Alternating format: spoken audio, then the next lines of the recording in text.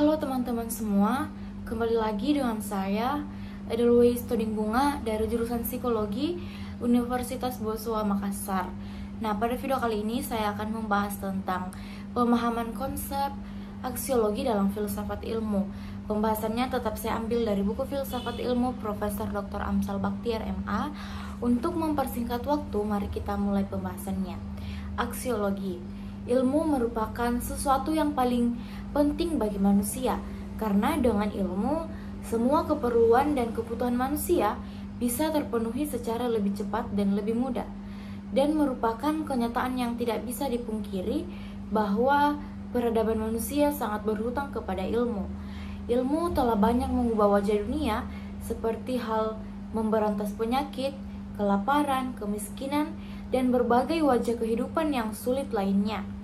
Dengan kemajuan ilmu, manusia bisa merasakan kemudahan lainnya seperti transportasi, pemukiman, pendidikan, komunikasi, dan lain sebagainya. Singkatnya, ilmu merupakan sarana untuk membantu manusia dalam mencapai tujuan kehidupannya. Nah, kemudian timbul pertanyaan, apakah ilmu selalu merupakan berkah dan penyelamat bagi manusia? Dan memang sudah terbukti, dengan kemajuan ilmu pengetahuan, manusia dapat menciptakan berbagai bentuk teknologi. Misalnya pembuatan bom, yang pada awalnya untuk memudahkan kerja manusia, namun kemudian dipergunakan untuk hal-hal yang bersifat negatif, yang menimbulkan malapetaka bagi manusia itu sendiri. Seperti yang terjadi di Bali baru-baru ini, dan menciptakan senjata kuman yang dipakai sebagai alat untuk membunuh sama manusia. Disinilah ilmu harus diletakkan secara proporsional dan memihak pada nilai-nilai kebaikan dan kemanusiaan. Sebab jika ilmu tidak berpihak kepada nilai-nilai, maka yang terjadi adalah bencana dan malapetaka. Nah, setiap ilmu pengetahuan akan menghasilkan teknologi yang kemudian akan diterapkan pada masyarakat. Nah, proses ilmu pengetahuan menjadi sebuah teknologi yang benar-benar dimanfaatkan oleh masyarakat. Tentu tidak terlepas dari si ilmuwannya. Seorang ilmuwan akan dihadapkan kepada kepentingan-kepentingan pribadi ataukah kepentingan masyarakat, akan membawa pada persoalan etika keilmuan serta masalah bebas nilai. Nah, untuk lebih mengenal apa yang dimaksud dengan aksiologi, penulis akan menguraikan beberapa definisi tentang aksiologi. Di antaranya, yang pertama, aksiologi berasal dari perkataan aksio, yang berarti nilai, dan logos yang berarti teori. Jadi, aksiologi adalah teori tentang nilai. Nah, yang kedua, sedangkan arti aksiologi yang terdapat di dalam bukunya Jujun S, Filsafat Ilmu Sebuah Pengantar Populer, bahwa aksiologi diartikan sebagai teori nilai yang berkaitan dengan kegunaan dari pengetahuan yang diperoleh. Nah, yang ketiga, menurut Bramel, aksiologi terbagi dalam 3 bagian. Pertama, moral konduk, yaitu tindakan moral. Bidang ini melahirkan disiplin khusus, yaitu etika. Yang kedua, aesthetic expression, yaitu ekspresi keindahan. Bidang ini melahirkan keindahan. Dan yang ketiga itu adalah socio-political life, yaitu kehidupan politik, yang melahirkan filsafat sosiopolitik. Nah, dan keempat adalah Encyclopedia of Philosophy. Dijelaskan aksiologi disamakan dengan value and valuation. Ada 3 bentuk value and valuation. Bagian A, nilai digunakan sebagai kata benda abstrak dalam pengertian yang lebih sempit seperti baik, menarik, dan bagus. Sedangkan dalam pengertian yang lebih luas mencakupi sebagai tambahan segala bentuk kewajiban, kebenaran, dan kesucian. Penggunaan nilai yang lebih luas merupakan kata benda asli untuk seluruh macam kritik atau predikat pro dan kontra. Sebagai lawan dari suatu yang lain dan ia berbeda dengan fakta, teori nilai atau aksiologi adalah bagian dari etika. Nah, kemudian yang bagian B adalah nilai sebagai kata benda konkret. Contohnya ketika kita berkata sebuah nilai atau nilai-nilai, ia seringkali dipakai untuk merujuk kepada sesuatu yang bernilai, seperti nilainya, nilai dia, dan sistem nilai dia. Nah, kemudian dipakai untuk apa-apa yang memiliki nilai atau bernilai sebagai mana berlawanan dengan apa-apa yang tidak dianggap baik atau bernilai. Nah, kemudian yang bagian C adalah nilai juga digunakan sebagai kata kerja dalam ekspresi menilai, memberi nilai, dan dinilai. Menilai umumnya sinonim dengan evaluasi ketika hal tersebut secara aktif digunakan untuk menilai perbuatan. Dewey membedakan dua hal tentang menilai, ia bisa berarti menghargai dan mengevaluasi. Nah, dari definisi-definisi mengenai aksiologi di atas, terlihat dengan jelas bahwa permasalahan yang utama adalah mengenai nilai. Nilai yang dimaksud adalah sesuatu yang dimiliki manusia untuk melakukan berbagai pertimbangan tentang apa yang dinilai. Teori tentang nilai yang dalam filsafat mengacu pada permasalahan etika dan estetika. Nah, makna etika dipakai dalam dua bentuk arti. Pertama, etika merupakan suatu kumpulan pengetahuan mengenai penilaian terhadap perbuatan-perbuatan manusia, seperti ungkapan saya pernah belajar etika. Arti kedua merupakan suatu predikat yang dipakai untuk membedakan hal-hal perbuatan atau manusia-manusia yang lain, seperti ungkapan ia bersifat etis atau ia seorang yang jujur, atau pembunuhan merupakan sesuatu yang tidak susila.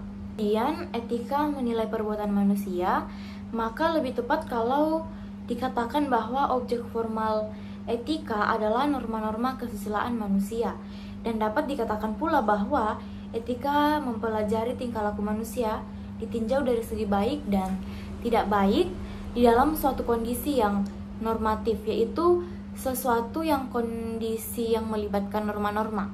Nah, sedangkan estetika berkaitan dengan nilai tentang pengalaman keindahan yang dimiliki oleh manusia terhadap lingkungan dan fenomena di sekelilingnya. Kemudian nilai itu objektif ataukah subjektif adalah sangat tergantung dari hasil pandangan yang muncul dari filsafat. Nilai akan menjadi subjektif apabila subjek sangat berperan dalam segala hal. Kesadaran manusia menjadi tolak ukur segalanya atau eksistensinya. Maknanya dan validitasnya tergantung pada reaksi subjek yang melakukan penilaian tanpa mempertimbangkan apakah ini bersifat psikis ataupun fisis. Nah, dengan demikian nilai subjektif akan selalu memperhatikan berbagai pandangan yang dimiliki akal budi manusia, seperti perasaan, dan hasil nilai subjektif selalu akan mengarah kepada suka dan tidak suka, senang atau tidak senang. Nah, kemudian nilai itu objektif jika ia tergantung pada subjek atau kesadaran yang menilai. Nilai objektif muncul karena adanya pandangan dalam filsafat tentang objektivisme. Objektivisme ini beranggapan pada tolak ukur suatu gagasan berada pada objeknya, sesuatu yang dimiliki kadar secara realitas benar-benar ada. Nah, kemudian bagaimana dengan nilai dalam ilmu pengetahuan? Seorang ilmuwan haruslah bebas dalam menentukan topik penelitiannya, bebas dalam melakukan eksperimen-eksperimen. Kebebasan inilah yang nantinya akan dapat mengukur kualitas kemampuannya. Ketika seorang ilmuwan bekerja, dia hanya tertuju pada proses kerja ilmiahnya dan tujuan agar penelitiannya berhasil dengan baik. Nilai objektif hanya menjadi tujuan utamanya. Dia tidak mau terikat dengan nilai-nilai subjektif seperti nilai-nilai dalam masyarakat, nilai agama, nilai adat, dan sebagainya. Bagi seorang ilmuwan, kegiatan ilmiahnya dengan kebenaran ilmiah adalah yang sangat penting. Perkembangan dan kemajuan ilmu pengetahuan telah menciptakan berbagai bentuk kemudahan bagi manusia, Namun, apakah hal itu selalu demikian? Bagaimana ilmu pengetahuan dan teknologinya merupakan berkah dan penyelamat bagi manusia, terbebas dari kutuk yang membawa malapetaka dan kesengsaraan? Memang dengan jalan mempelajari teknologi seperti pembuatan bom atom, manusia bisa memanfaatkan wujudnya sebagai sumber energi bagi keselamatan manusia. Tetapi di pihak lain, hal ini bisa juga berakibat sebaliknya, yakni membawa manusia kepada penciptaan bom atom yang menimbulkan malapetaka. Nah, menghadapi hal demikian, ilmu pengetahuan yang pada esensinya mempelajari alam sebagaimana adanya mulai dipertanyakan. Untuk apa sebenarnya ilmu itu harus dipergunakan? Untuk menjawab pertanyaan seperti itu, apakah para ilmuwan harus berpaling ke hakikat moral, bahwa ilmu itu berkaitan erat dengan persoalan nilai-nilai moral? Nah, bahwa ilmu itu berkaitan erat dengan persoalan nilai-nilai moral, keterkaitan ilmu dengan nilai-nilai moral atau agama sebenarnya sudah terbantahkan ketika Kopernikus mengemukakan teorinya bumi yang berputar mengelilingi matahari. Sementara ajaran agama menilai sebaliknya, maka timbullah interaksi antara ilmu dengan moral yang berkonotasi metafisik. Sedangkan di pihak lainnya terdapat keinginan agar ilmu mendasarkan kepada pernyataan-pernyataan yang terdapat dalam ajaran-ajaran di luar bidang keilmuan, di antaranya agama. Nah, kemudian dalam kurun waktu ini, para ilmuwan berjuang untuk menegakkan ilmu berdasarkan penafsiran alam sebagaimana adanya dengan semboyan ilmu yang bebas nilai. Setelah pertarungan itulah keilmuan mendapat kemenangan dengan memperoleh keotonomian ilmu, artinya kebebasan dalam melakukan penelitiannya dalam rangka mempelajari alam sebagaimana adanya. Nah, setelah mendapatkan otonomi yang terbebas dari segenap nilai yang bersifat dogmatik, ilmu dengan leluasa dapat mengembangkan dirinya baik dalam bentuk abstrak maupun konkret seperti teknologi. Nah, kemudian teknologi timbul pertanyaan, bagaimana dengan teknologi yang mengakibatkan proses dehumanisasi? Apakah ini merupakan masalah kebudayaan ataukah masalah moral apabila teknologi itu menimbulkan ekses yang negatif terhadap masyarakat?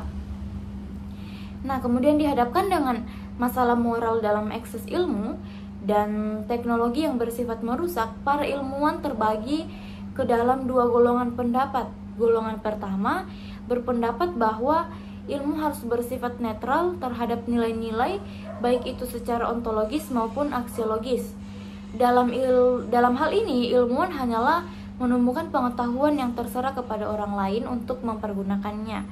Nah, golongan kedua berpendapat bahwa netralitas ilmu terhadap nilai-nilai hanyalah terbatas pada metafisik keilmuan, sedangkan dalam penggunaannya haruslah berlandaskan nilai-nilai moral.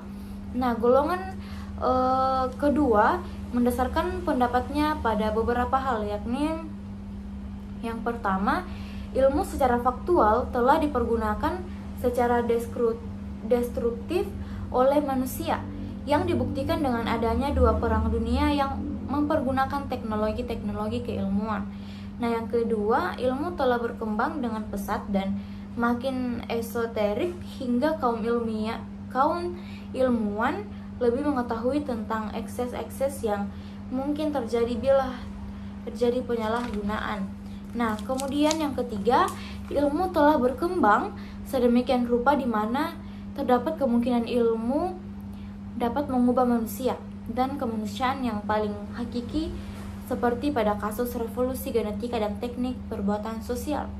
Nah, berdasarkan ketiga hal di atas, maka golongan kedua berpendapat bahwa ilmu secara moral harus ditujukan untuk kebaikan manusia tanpa merendahkan martabat atau mengubah hakikat. Nah, dari dua pendapat golongan di atas, kelihatannya netralitas ilmu terletak pada epistemologisnya saja, artinya tanpa berpihak kepada siapapun selain kepada kebenaran yang nyata. Sedangkan secara ontologis dan aksiologis, ilmuwan harus mampu menilai mana yang baik dan mana yang buruk, yang pada hakikatnya mengharuskan seorang ilmuwan mempunyai landasan moral yang kuat. Tanpa ini, seorang ilmuwan akan lebih merupakan seorang momok yang paling menakutkan. Nah, nilai dan norma yang harus berada pada etika keilmuan adalah nilai dan norma moral. Lalu, apa yang menjadi kriteria pada nilai dan norma moral itu? Nilai moral tidak berdiri sendiri, tetapi ketika ia berada pada atau menjadi milik seseorang, ia akan bergabung dengan nilai yang ada seperti nilai agama, hukum, budaya, dan sebagainya. Nah, bagi seorang ilmuwan, nilai dan norma moral yang dimilikinya akan menjadi penentu apakah ia sudah menjadi ilmuwan yang baik atau belum. Penerapan ilmu pengetahuan yang telah dihasilkan oleh para ilmuwan, apakah itu berupa teknologi maupun teori-teori emansipasi masyarakat dan sebagainya, itu mestilah memperhatikan nilai-nilai kemanusiaan, nilai agama, nilai adat, dan sebagainya. Ini berarti ilmu pengetahuan tersebut sudah tidak bebas nilai karena ilmu sudah berada di tengah-tengah masyarakat luas dan masyarakat akan mengujinya. Oleh karena itu, tanggung jawab lain yang berkaitan dengan penerapan teknologi di masyarakat yaitu menciptakan hal positif. Namun, tidak semua teknologi atau ilmu pengetahuan selalu memiliki dampak positif ketika berada di tengah masyarakat. Kadangkala teknologi berdampak negatif, misalnya masyarakat menolak atau mengklaim suatu teknologi bertentangan atau tidak sejalan dengan keinginan atau pandangan-pandangan yang telah ada sebelumnya, seperti rekayasa genetik yang dapat dianggap bertentangan dengan kodrat manusia atau ajaran agama. Nah, tugas seorang ilmuwan harus menjelaskan hasil penelitiannya sejernih mungkin atas dasar rasionalitas dan metodologis yang tepat. Kemudian di bidang etika, tanggung jawab seorang ilmuwan bukan lagi memberi informasi namun memberi contoh. Dia harus bersifat objektif, terbuka, menerima kritik, menerima pendapat, kukuh dalam pendirian yang dianggap benar, dan kalau berani mengakui kesalahan. Nah, semua sifat ini merupakan implikasi etis dari proses penemuan kebenaran secara ilmiah. Nah, kemudian bagaimana solusi bagi ilmu yang terkait dengan nilai-nilai? Ilmu pengetahuan harus terbuka pada konteksnya, dan agamalah yang menjadi konteksnya itu. Agama mengarahkan ilmu pengetahuan pada tujuan hakikinya, yakni memahami realitas alam dan memahami ekstensis Allah agar manusia menjadi sadar akan hakikat penciptaan dirinya dan tidak mengarahkan ilmu pengetahuan melulu pada praksis. Nah, solusi yang diberikan oleh Al-Quran terhadap ilmu pengetahuan yang terikat dengan nilai adalah dengan cara mengembalikan ilmu pengetahuan pada jalur semestinya, sehingga ia menjadi berkah dan rahmat kepada manusia dan alam, bukan sebaliknya membawa mudarat. Nah, tentang tujuan ilmu pengetahuan ada beberapa perbedaan pendapat antara filosof dengan para ulama. Sebagian berpendapat bahwa pengetahuan sendiri merupakan tujuan pokok bagi orang yang menekuninya, dan mereka ungkapkan tentang hal ini dengan ungkapan ilmu pengetahuan untuk ilmu pengetahuan, seni untuk seni, sastra untuk sastra, dan lain sebagainya. Nah, sebagai yang lain cenderung berpendapat bahwa tujuan ilmu pengetahuan merupakan upaya para peneliti atau ilmuwan menjadikan ilmu pengetahuan sebagai alat untuk menambah kesenangan manusia dalam kehidupan yang sangat terbatas di muka bumi ini. Menurut pendapat yang kedua ini, ilmu pengetahuan itu untuk meringankan beban manusia, untuk membuat manusia senang. Karena dari ilmu pengetahuan itulah yang nantinya akan melahirkan teknologi. Nah, teknologi jelas sangat dibutuhkan oleh manusia untuk mengatasi berbagai masalah seperti kebutuhan pangan, sandang, energi, kesehatan, dan lain sebagainya. Sedangkan pendapat yang lainnya cenderung menjadikan ilmu pengetahuan sebagai alat untuk meningkatkan kebudayaan dan kemajuan bagi umat manusia secara keseluruhan. Nah, itu adalah pembahasan kita hari ini. Semoga pembahasan kita ini teman-teman dapat mengerti dan dapat berguna bagi teman-teman, dan terutama dapat berguna bagi saya sendiri. Nah, mohon maaf bila ada kesalahan kata yang saya katakan, mohon dimaafkan. Sampai kembali lagi pada video selanjutnya, dan terima kasih juga atas telah meluangkan waktunya untuk menonton video saya.